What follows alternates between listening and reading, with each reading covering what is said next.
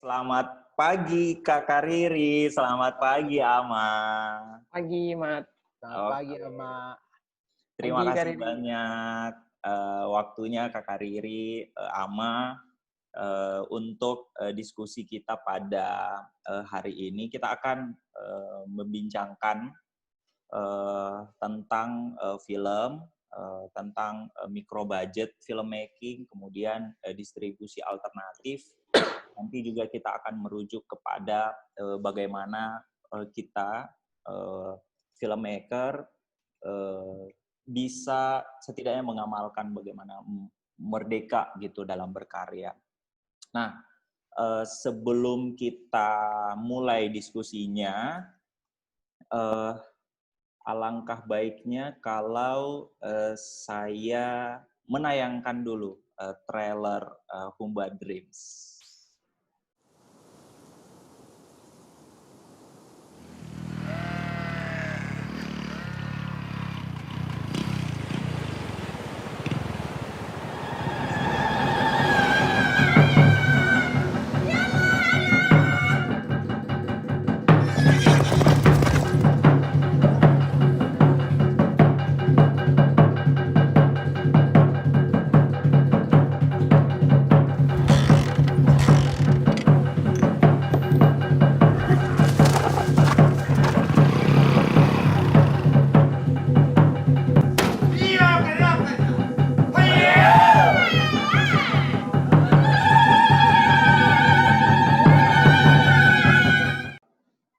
Sebelum kita mulai, mungkin saya akan memperkenalkan dulu lah program ini seperti apa. Jadi program ini diinisiasi oleh Rumata Art Space, juga bekerjasama dengan Sistrin Academy, telah mengundang Kak Riri dan Ama dari Palu. Kak Riri bisa cerita sedikit gitu bagaimana mulanya kecintaan Kak Riri dengan Timur. Gitu. Saya tentu saja punya semacam awalnya itu karena keingintahuan justru. Saya itu merasa ada banyak sekali hal yang di luar pemahaman saya sebagai seorang anak muda, ya.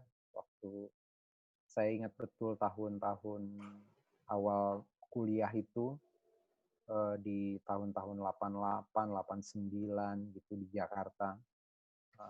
Saya sudah mulai tertarik lebih mendalam tentang saya ini tinggal di daerah atau di kawasan seperti apa, atau di wilayah seperti apa, atau di negeri seperti apa.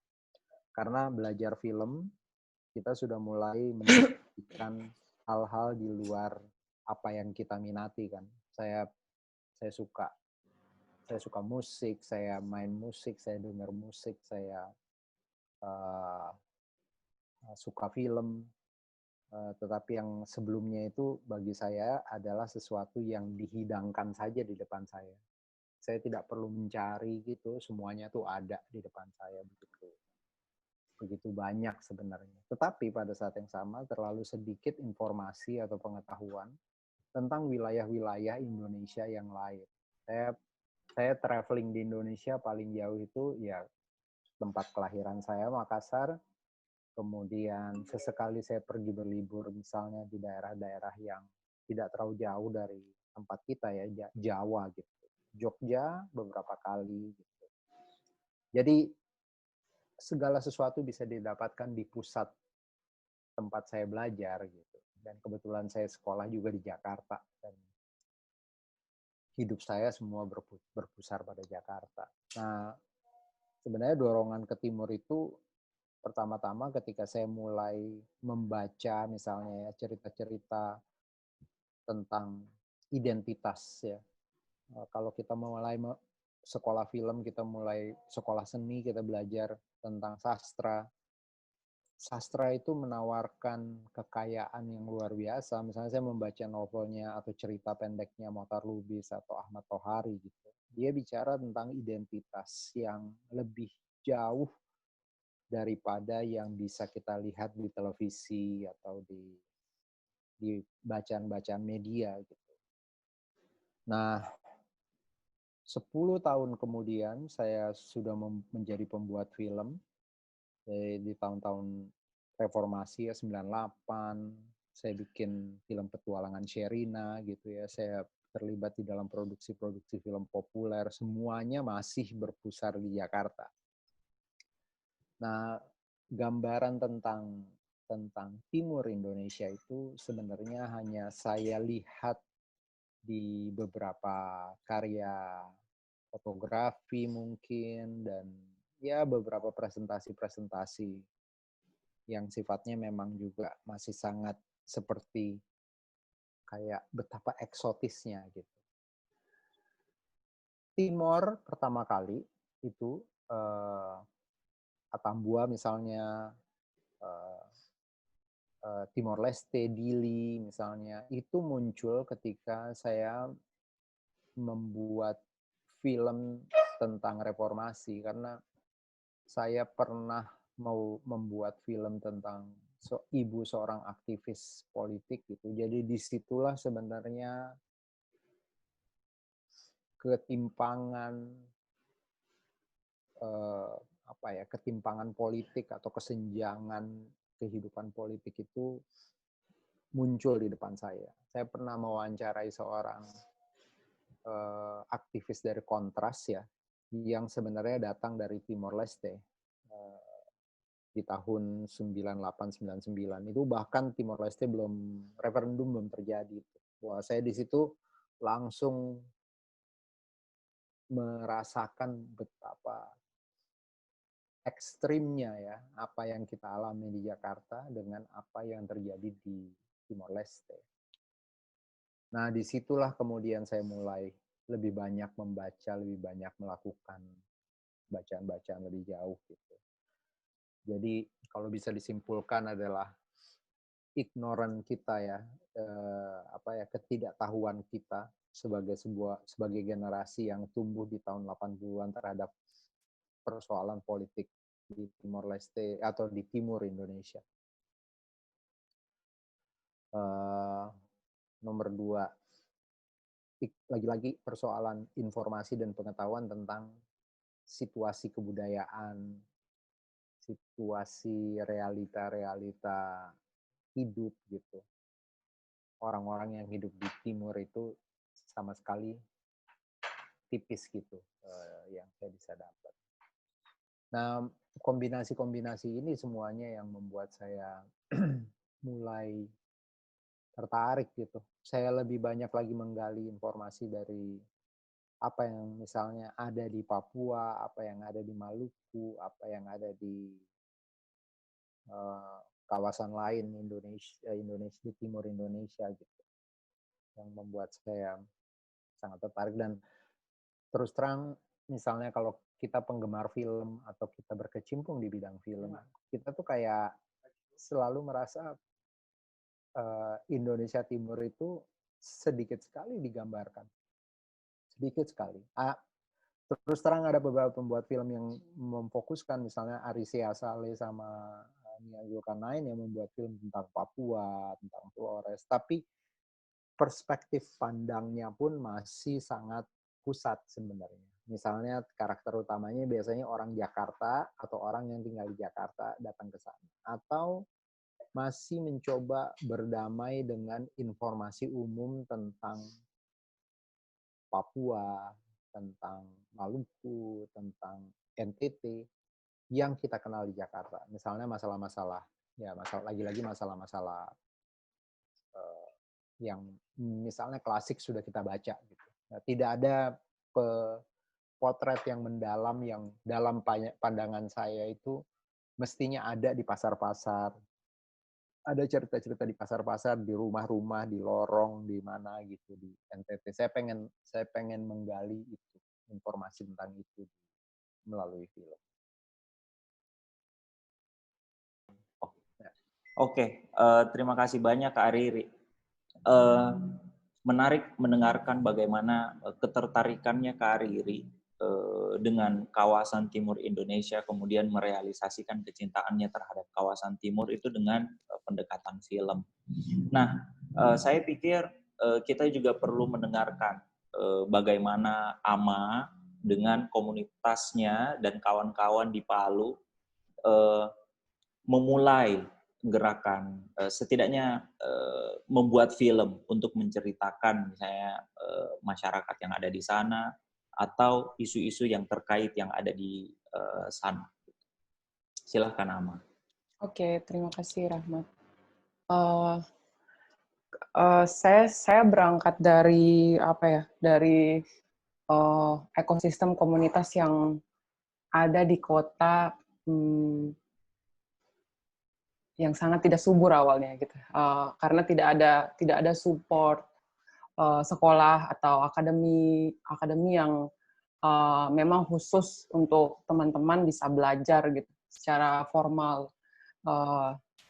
Satu-satunya cara kami kemudian belajar adalah menumbuhkan ruang berkumpul, ruang komunitas atau ruang kolektif. Dan dari situ juga kami jadi punya cara kami sendiri untuk bekerja gitu. Dengan banyak sekali referensi-referensi yang kemudian tidak terbatas karena kami tidak punya pagu khusus untuk kayak begini loh sekolah film, kayak begini sekolah seni rupa atau apapun. Jadi modelnya sangat organik gitu. Dari 2012 ketika arus media online atau digital itu sangat kencang kami dapatkan dari pusat, disitulah proses kami memetakan gitu. Oh, sepertinya cara terbaik untuk bikin kita bisa bertahan atau bisa minimal tidak kemana-mana, tidak keluar Palu adalah menciptakan ekosistemnya gitu. Sejak saat itu model kerja komunitas-komunitas di Palu juga terbentuk karena ya arus utama kelompok-kelompok kesenian yang formal tidak ada. Jadi setiap ada inisiatif-inisiatif kelompok muncul, baik film, musik, dan seni rupa itu semuanya bekerja terkolaborasi gitu. Saya juga berlatar belakang seorang seniman visual, tapi terus karena terus mencari ruang bermain, akhirnya saya bertemu dengan teman-teman yang waktu itu sering memutarkan film-film yang tidak ada di bioskop, dan waktu itu juga bioskop di Palu belum ada. Jadi satu-satunya kultur menonton kami adalah di komunitas gitu. Nah dari situ terbentuk cara-cara kolaborasi. Jadi kalau anak film mau putar film, saya dan teman-teman seni visual membuatkan mereka poster.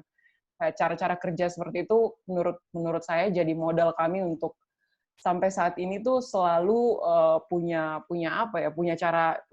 formulanya sendirilah jika membuat karya baik film, musik dan banyak hal hingga hari ini.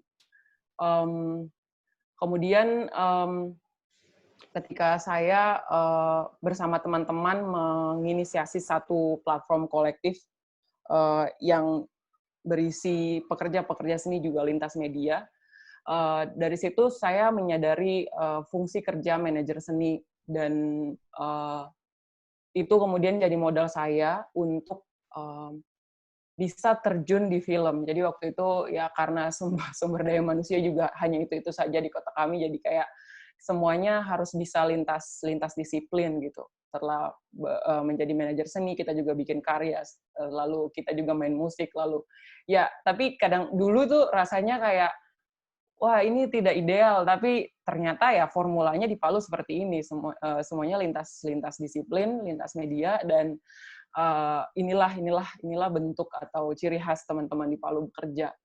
Dan akhirnya modal menjadi manajer seni bikin saya jadi tertarik untuk belajar apapun soal manajemen produksi gitu. Dan saat itu diajaklah sama Yusuf Raja Muda, Pak Al, untuk belajar produksi film. Saya sama sekali waktu itu belum apa ya, tidak punya pengalaman sama sekali memproduksi film, dan itu kayak blessing buat saya dapat pengalaman belajar. Dan kembali lagi ketika kita harus belajar di tempat-tempat yang punya arus cepat, arus utama, ya PR-nya adalah membawa pulang itu dan mengaplikasikannya di kota kami. Dan ketika dia teraplikasi juga ternyata dia terurai beda, karena kita tuh menerimanya, oh seperti ini ya, produksi film yang ideal tuh seperti ini ya. Oh seperti ini ya, mempertanggungjawabkan report anggaran dan segala macam.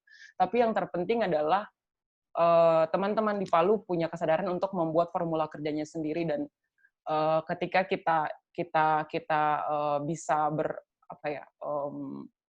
bisa mengurainya itu dengan baik, dan kita juga punya kemampuan posisi tawar dengan teman-teman di pusat gitu. Dan sekarang itu jadi cara kerja yang terus kami lakukan sampai sekarang, meskipun upaya-upaya untuk belajar secara formal di luar sana juga terbuka, tapi ternyata kita tidak pernah kehilangan identitas itu, identitas kerja kolektif lintas media. Dan jadi apapun yang kami kerjakan dalam proyek-proyek seni itu terus ada di circle kecil yang pekerjaannya tidak banyak, tapi formulanya itu kita tahu, dan kita bisa mempertahankan itu secara konsisten. Mungkin kayak gitu sih, Rahmat. Wah, menarik sekali, Ama. Dari pemaparan Ama itu saya membayangkan bahwa memang dari tiap daerah kita sepertinya dari tadi mendengarkan kata pusat gitu ya. Nah, terutama di kawasan timur Indonesia ini ada beberapa daerah, kota yang memiliki identitas kerja kolektif lintas disiplin yang berbeda dan masing-masing punya keunikannya masing-masing. Nah, sebelum saya lanjutkan ke Ama, saya mau tanya dulu deh, Kak Riri. Dari sekian banyak kawasan timur Indonesia, dan Kak Riri justru memilih Sumba untuk membuat film gitu. Itu apa sih alasannya, Kak? Ya, sebenarnya tentu yang paling utama itu adalah akses yang lebih mudah saya jangkau karena berbagai alasan ya. Sekali lagi karena saya adalah seorang pembuat film yang mungkin sudah masuk ke dalam tata atau pola berkarya yang ada sudah punya pola dalam berkarya gitu. Pola berkarya itu antara lain apapun yang kita buat itu selalu harus punya keseimbangan antara aspek konvensi producing atau konsep-konsep producing atau kenapa film bisa diproduksi, kenapa sesuatu itu bisa menggelinding seperti sebuah industri. Dalam artian, saya selalu berkarya untuk imagine market, jadi pasar yang saya sudah bayangkan. Gitu. Saya mau mengarahkannya ke sini. Dan ketika saya membuat film, tentu saja saya akan mempertimbangkan kemungkinan-kemungkinan tersebut. Ketika mau membuat film di Sumba, kita sudah punya bayangan jenis film apa yang bisa lahir di tanah seperti itu. Jadi nomor satu tentu saja ada konvensi, misalnya tipe-tipe cerita yang bisa saya ciptakan dan tawarkan ke pasar tertentu. Dalam hal ini kalau kita bicara Humba Dreams misalnya, dia konsep itu adalah konsep yang sebenarnya bisa bukan dengan mudah ya, sudah bisa ditawarkan ke pasar-pasar film gitu ya. Jadi ketika saya menyusun cerita tersebut, saya diskusikan dengan produser, dan produser katakan bahwa oh ini mungkin gitu, karena misalnya Sumba sudah lebih dahulu kita perkenalkan di dalam film sebelumnya. Saya pernah membuat film Pendekar Tongkat Emas gitu. Sumba juga adalah sebuah gambaran atau potret budaya yang sebenarnya tidak jauh kalau kita bandingkan dengan budaya-budaya di Amerika Latin misalnya, atau di beberapa negara di Asia Timur gitu ya. Ada unsur animisme, ada sistem-sistem kepercayaan yang berpengaruh kepada sistem budaya tampilan manusia gitu ya, melalui pakaian, tenun, dan lain-lain. Jadi konsep itu sudah ada, sudah cukup familiar di dalam konsep penceritaan film. Ada bagian-bagian masyarakat ini yang juga dipotret di misalnya sinema-sinema dari Filipina atau dari Thailand gitu. Jadi menjualnya di pasar itu sudah ada kemungkinan. Tentu saja di pasar Indonesia malah lebih sulit sebenarnya, karena kita tidak mengenal konsep orang hidup seperti di Timor atau di Sumba di dalam konsep umum film Indonesia. Jadi nomor satu itu. Kenapa Sumba? Karena ada imagined market yang mau menerima film seperti ini. Yang kedua, sebenarnya saya tertarik dengan banyak isu yang unik yang saya temukan di Sumba. Misalnya landscape gitu ya. Dalam waktu yang tidak terlalu panjang secara struktur, kita bisa bercerita tentang kontras masyarakat gitu. Jadi kalau kita datang ke kota seperti Waingapu, sebenarnya kontras antara tradisi dengan modernisme, dengan kemajuan-kemajuan ala pusat tadi itu sebenarnya bisa kita dapatkan dalam 1-2 langkah gitu. Yang bagi saya itu sangat sangat menarik dan kuat gitu.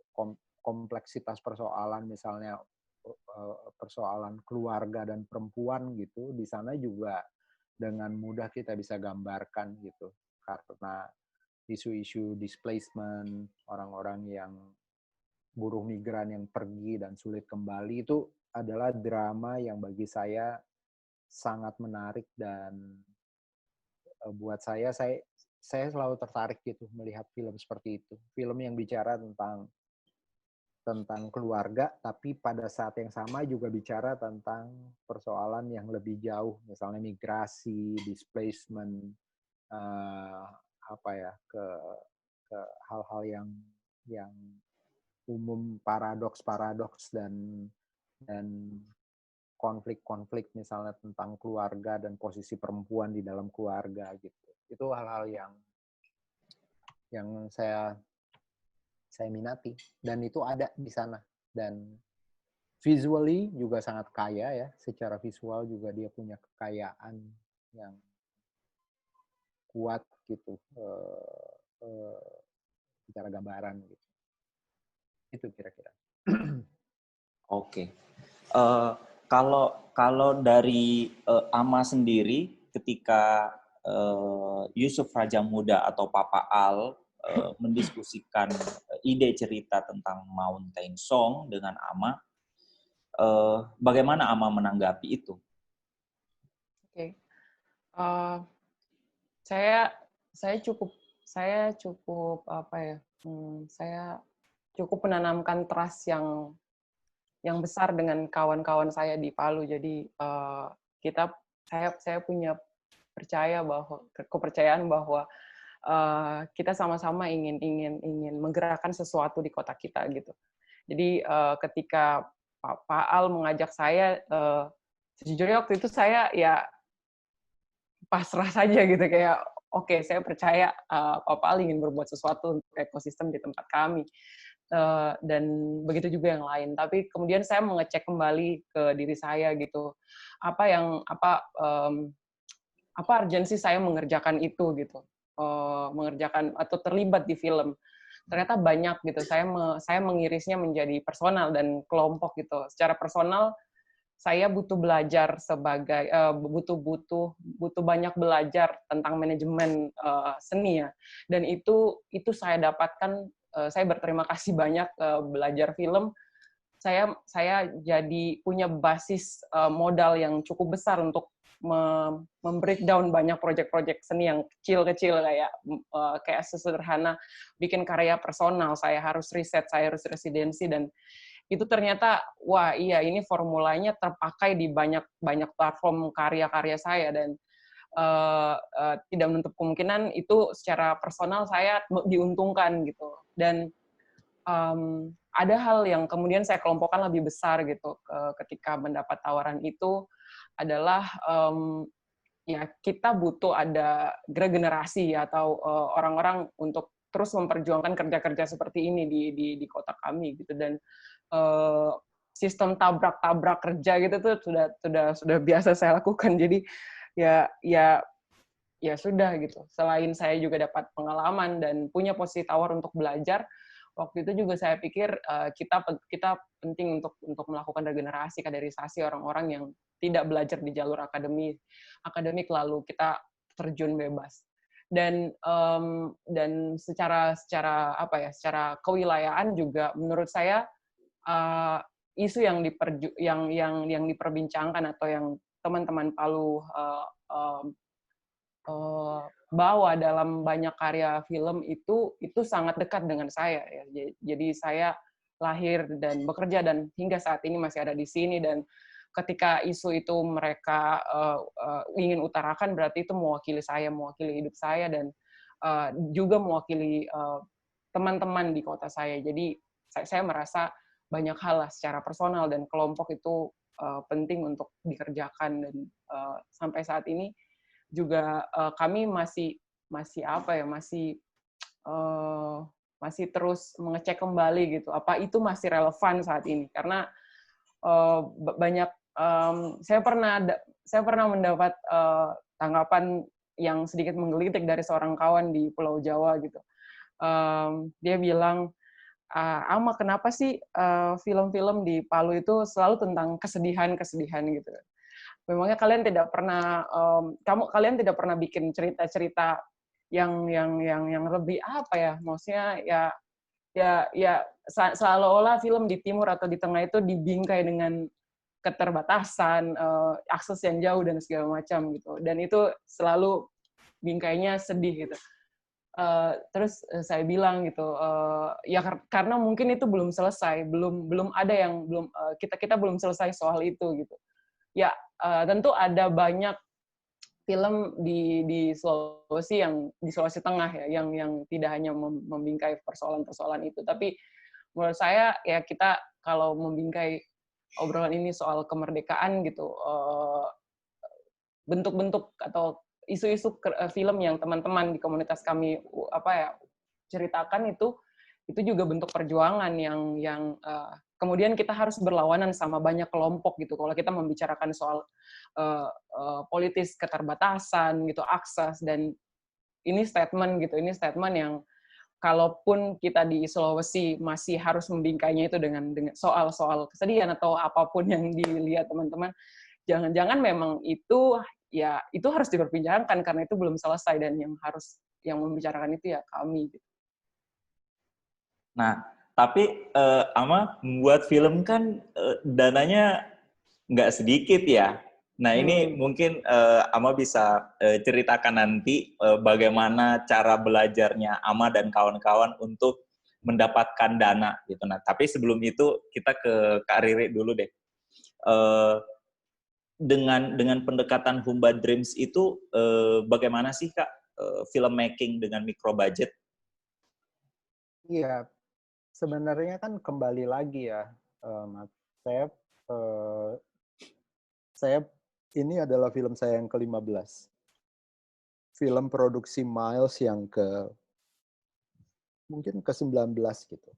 Jadi kami sudah punya semacam pola-pola dan pemahaman gitu tentang bagaimana sebuah film harus dijalankan, sebuah produksi harus dijalankan.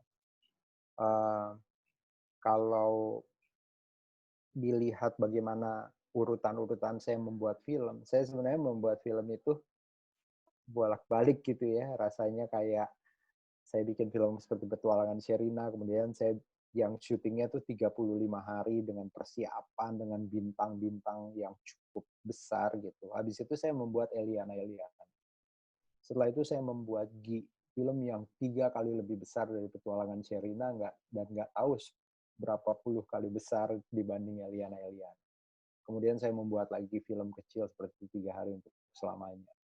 Kemudian membuat banyak produksi-produksi besar lagi seperti Laskar, Sang Pemimpi gitu. Dan kemudian saya bikin lagi Atambua 39 derajat Celcius dan terus habis itu sampai ke Humba Dreams. Jadi sebenarnya kami selalu berpikir ketika ide muncul, ketika sebuah gagasan diputuskan gitu. Kita akan ke sini nih setelah ini. Kita kemudian harus menghitung baik-baik berapa atau kemana kira-kira target pasar film produksi ini atau karya ini. Ketika kita menyadarinya bahwa dia adalah target pasar yang sebenarnya sangat kecil karena keinginan saya bercerita itu kadang-kadang bisa jadi misalnya sangat gelap, sangat teritorinya itu bukan teritori yang familiar gitu. Ya, kalau kita bicara tentang apa yang digambarkan, kegelisahan yang dijalani oleh tokoh seperti tokoh Martin di dalam Villa Dreams itu bukan potret yang umum di dalam lanskap pasar film Indonesia. Jadi kami udah bayangkan bahwa dia pasti kecil. Saya juga tidak membayangkan film ini ingin saya perjuangkan di pasar festival yang besar seperti Cannes, Berlin, atau Venice.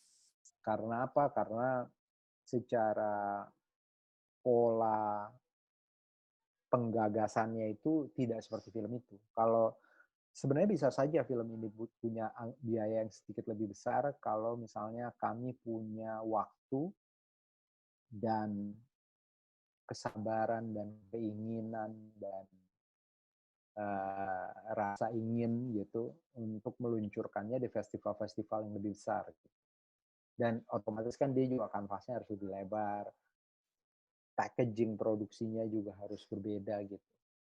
Nah, ketika saya putuskan bahwa film ini ingin kami merdekakan lebih jauh, otomatis segala aspeknya itu harus dipersiapkan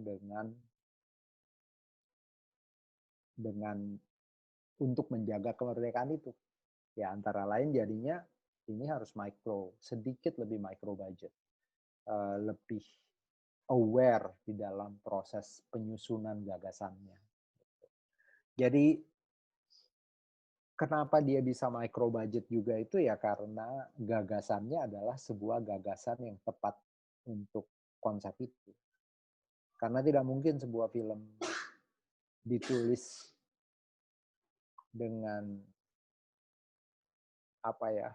untuk lanskap yang lebar, kemudian kita katakan, oh kita bikinnya ini dengan budget kecil. Itu tidak mungkin terjadi.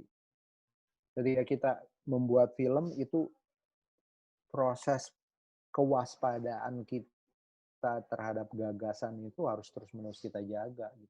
Kenapa misalnya karakternya cuma bisa dikatakan karakter utama yang punya role bicara di film ini sebenarnya cuma 3 gitu. Cuma Martin, Anna, dan Jean-Luc. Jadi yang lain kayak Paul dan Linda yang pemilik cottage itu, pemilik wisma tempat Anna bekerja. Kemudian Bapak yang menjaga pemilik toko Pak Purnama, pemilik toko cuci cetak film itu. Ibunya Martin, keluarganya Martin. Semuanya itu perannya sangat kecil-kecil. Karena saya harus menjaga supaya naratif film ini itu bingkainya itu saya batasi gitu. Dan itulah yang menjadi konsep gitu ketika saya membuat film ini dan memungkinkan saya bekerja, kalau nggak salah krunya cuma sekitar 14 orang secara keseluruhan. Saya cuma bekerja dengan 1 orang production assistant merangkap Astrada 2, Astrada asisten sutradara 1. Tim kamera tidak lebih dari 4 orang gitu. Sesuatu yang sebenarnya kami tetap pakai kamera yang cukup besar gitu. Kami tetap pakai kamera RED dengan lensa sinemanya gitu. Tidak ada dolly sama sekali di bawah, lampu LED yang sangat minimal sehingga tidak memerlukan genset, sound recordist cuma 1 orang di lapangan. Terus itu prosesnya tuh semua di istilahnya diminimalkan. Tapi saya tetap misalnya melakukan proses tes kamera. Kamera itu tetap saya tes walaupun tidak di Sumba tapi di Jakarta. Saya datang lebih dulu 1 kali ke Sumba untuk membawa 2 orang aktor utama kami untuk melakukan pengamatan ya, karena di dalam proses karakterisasi film saya percaya bahwa lebih baik kalau yang dia miliki itu adalah pengalaman dan dia bisa menguasai ruang cerita sehingga menjadi bagian dari kepekaan ya. Jadi kepekaan dia yang kita pancing untuk muncul gitu sebagai aktor. Jadi saya ajak mereka datang ke sana sekalian merekam footage 16 mili dari Sumba gitu yang dijadikan sebagai footage bapaknya Martin. Jadi itu semua sudah diukur sebaik-baiknya untuk bisa menjadi sebuah film dengan budget yang lebih kecil gitu, lebih produksi yang lebih kompak sehingga membuat budgetnya lebih kecil. Atambua 39 derajat Celcius itu adalah titik belajar yang sangat penting waktu itu buat kami gitu. Karena kalau Atambua 39 derajat Celcius sedikit lebih mendalam lagi karena hampir semua pemain itu datang dari Atambua, datang dari Timor. Tidak ada satupun yang pemain yang datang dari luar. Kalau Pumba Dreams karena ceritanya kami memutuskan untuk membawa 2 pemain dari Jakarta gitu. Selebihnya semua lokal. Jadi ya itu sih kira-kira, mudah-mudahan menjelaskan. Oke, Kak. Dari penjelasannya Kak Riri, memang sudah ada bayangan gitu dari proses penulisan, nanti kira-kira budgetnya seperti apa, kemudian pola eksekusinya nanti seperti apa. Nah, kalau dalam kasus Ama misalnya, dengan film Mountain Song, tahapan-tahapan seperti apa yang Ama dan kawan-kawan lakukan gitu, misalnya masuk dalam Screen Academy di tahun 2016 gitu. Nah, keputusan apa yang membuat Ama masuk ke Screen, kemudian langkah-langkah apa yang Ama dan kawan-kawan untuk menyiasati, setidaknya mendanai lah film ini. Saya tidak bisa memungkiri kalau pengalaman belajar di Screen itu itu semacam pintu pertama saya bertemu atau mengakses banyak pengetahuan tentang produksi film ya. Dan di Screen juga saya tidak hanya terlibat atau dicekoki pelajaran tentang produksi, tapi juga terlibat mendengarkan banyak pengetahuan tentang development cerita, dan ternyata itu berkelindan sekali dengan logika produksi gitu yang harus saya pertanggungjawabkan. Dan sependek pengalaman saya itu memproduksi Mountain Song ini kayaknya produksi terbesar yang pernah saya kerjakan seumur hidup, bahkan dalam proyek-proyek yang lain gitu. Maksudnya saya bermain di banyak produksi karya seni, tapi ini tanggung jawab yang paling besar dan itu diberikan ke saya waktu itu usia saya kayaknya masih 24. Itu agak shock juga sih, tapi saya cukup beruntung ya di usia segitu mendapatkan pengalaman bukan hanya soal mengelola produksi, tapi membangun kerjasama gitu, membaca peta-peta komunikasi dengan teman-teman di luar gitu, dan mendapat tawaran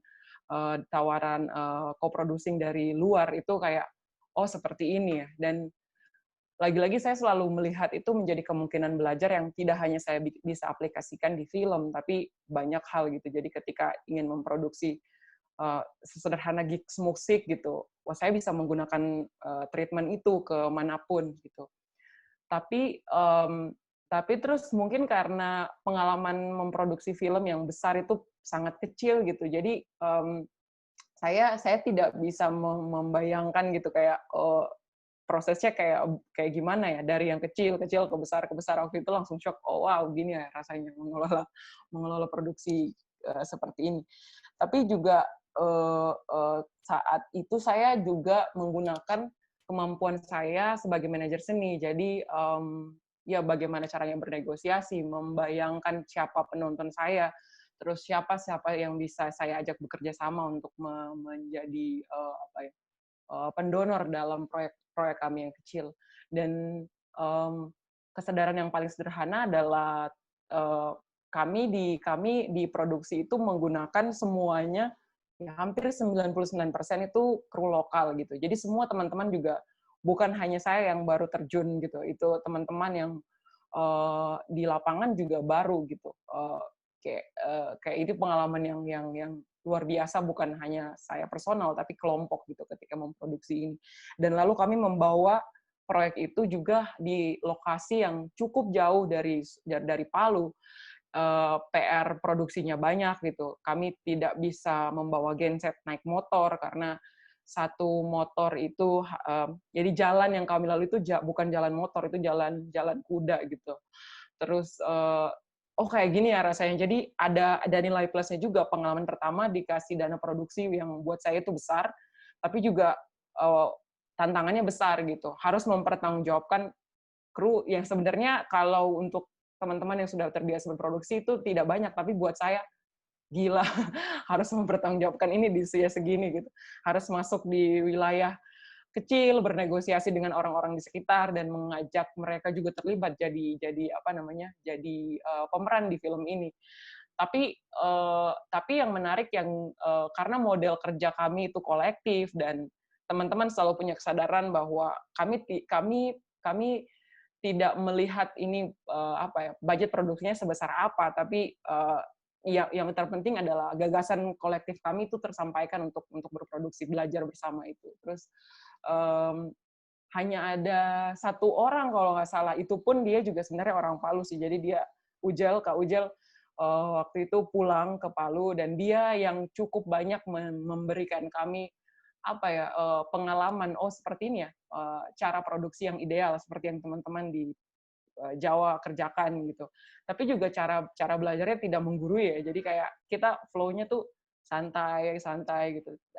Hanya mungkin saya gitu ya yang harus punya PR tambahan karena ada negosiasi dengan banyak pihak untuk mempertanggungjawabkan produksi ini. Setelah memproduksi yang bersama Papa Al dan setelah belajar dari Screen Academy, saya terus coba bikin satu proyek dokumenter juga, dan itu budgetnya tidak ada sama sekali. Malah saya berdua saja sama teman saya, sama Sarah, kita waktu itu jalan ke satu pesisir gitu setelah bencana, dan kita melihat ada satu lokasi yang menarik untuk kita rekam. Waktu itu di pesisir itu habis semua dihantam tsunami, tapi ada sekitar 5 rumah yang dia selamat karena orang tua mereka menanam mangrove gitu. Nah, lalu di situ saya menggunakan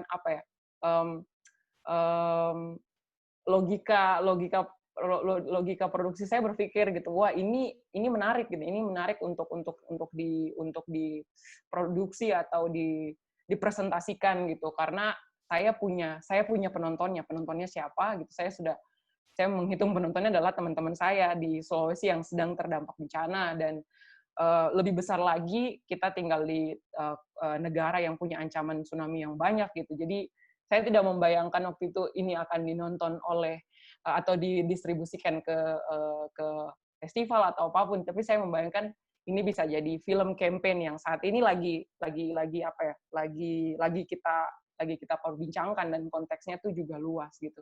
Dan waktu itu kami memproduksi itu hanya sekitar 2 hari karena memang film pendek dan idenya juga baru. Tapi terus ternyata besar atau kecilnya budget itu tidak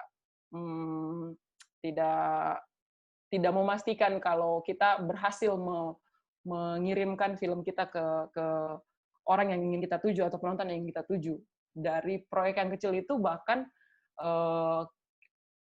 saya jadi punya kesadaran, oh ya ini penonton saya ke sini, dan responnya juga terasa begitu besar, dan itu menarik. Jadi saya punya pengalaman yang dari yang harus mempertanggungjawabkan itu sebesar-besarnya dengan banyak orang, tapi terus harus balik hanya bekerja berdua, tapi spirit atau distribusinya juga langsung kelihatan gitu. Oh ini penontonnya ini.